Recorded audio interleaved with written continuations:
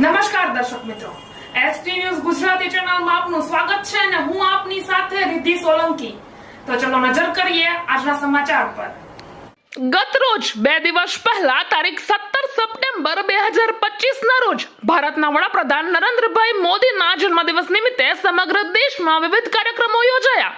ત્યારે તલોદ તાલુકાના ગ્રામ્ય વિસ્તારોમાં આવેલી સૌથી નાની ગ્રામ પંચાયત માત્ર 60 બ્લોક નંબર ધરાવતી ચંદપુર ગ્રામ પંચાયત પણ આ અવસરે અગ્રેસર રહી.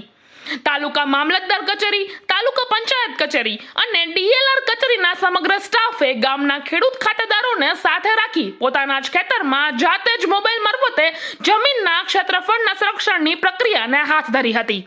આ પ્રસંગે તલોદ તથા પ્રાંતિજ પ્રાંત અધિકારી તરીકે ફરજ બજાવતા નવનિયુક્ત અધિકારી શ્રીમતી આયુષીબેન જૈનની અધ્યક્ષતામાં રાત્રિ સભાનું આયોજન કરવામાં આવ્યું હતું, જેમાં તલોદ તાલુકાના ભારતીય કિસાન સંઘના પ્રમુખ, આજુબાજુના ગામોના વડીલો, ચંદપુર ગામના સરપંચ, ડેપ્યુટી સરપંચ, યુવાનો, મહિલાઓ, આંગણવાડીના બાળકો તેમજ નાના ભૂલકાઓ મોટી સંખ્યામાં ઉપસ્થિત રહ્યા હતા.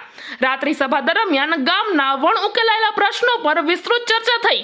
પ્રાથમિક ઉદ્બોધન કરતા ચંદપુર ગામના વડીલ મંગુભાઈ રબારીના છાપરા અને બાદરજીના મુવાડા ગામના પ્રાથમિક શાળાઓ માટે સહાયરૂપ વ્યવસ્થા થાય, જેથી નાના ભૂલકાઓને શિક્ષણનો પૂરતો લાભ મળે તેવી આશા વ્યક્ત કરી હતી. સાથે જ ગામના વિવિધ વિકાસ કાર્યો અંગે પણ ચર્ચા કરવામાં આવી હતી. પ્રેસ રિપોર્ટર દિલીપ પરમાર સાથે એસડી ન્યૂઝ ગુજરાતી, તલોદ, સાબરકાંઠા.